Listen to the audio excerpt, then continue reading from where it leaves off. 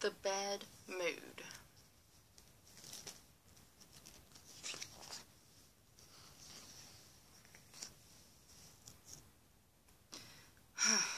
Badger said to himself when he woke up, "I'm in a bad mood today.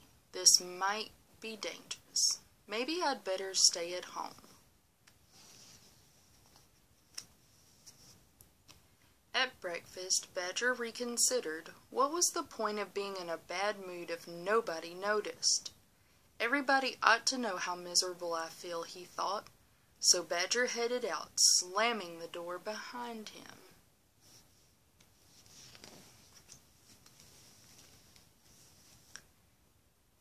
Badger was going along his usual route when he met Raccoon. "Good morning, Badger," Raccoon said cheerfully. "Good morning? What's so good about it?" Badger replied and stomped off. Raccoon was so shocked he didn't say goodbye.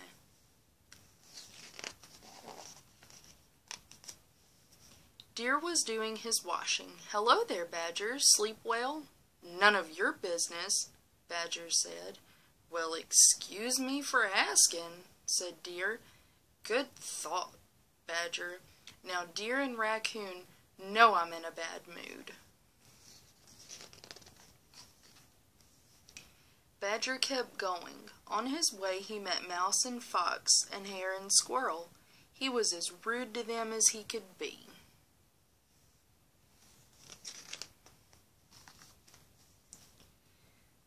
When he was finished with his morning walk, Badger came back home and started to work in his garden. As he was digging and weeding, the strangest thing happened. His bad mood just slipped right off of him, as if it had been a shirt that was too hot to wear. Badger became so happy that he started to whistle a sweet song. Badger didn't stop working until late that afternoon. He was deeply satisfied with himself. He went out to the clearing to play with the other animals, but the woods were still and silent. Not an animal appeared. Strange, thought Badger. Where are they all?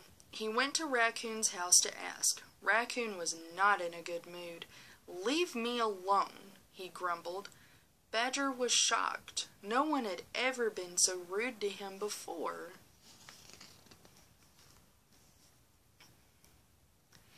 It wasn't any better with the other animals. Fox told him to get lost. Squirrel hurled a nut at his head, and Mouse and Hare shouted and hissed at Badger, which made him quite dizzy.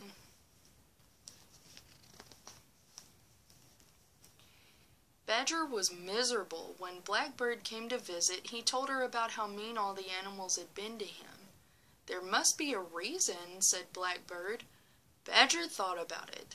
"Well," he said finally, "I was in a bad mood this morning, and I guess I took it out on my friends.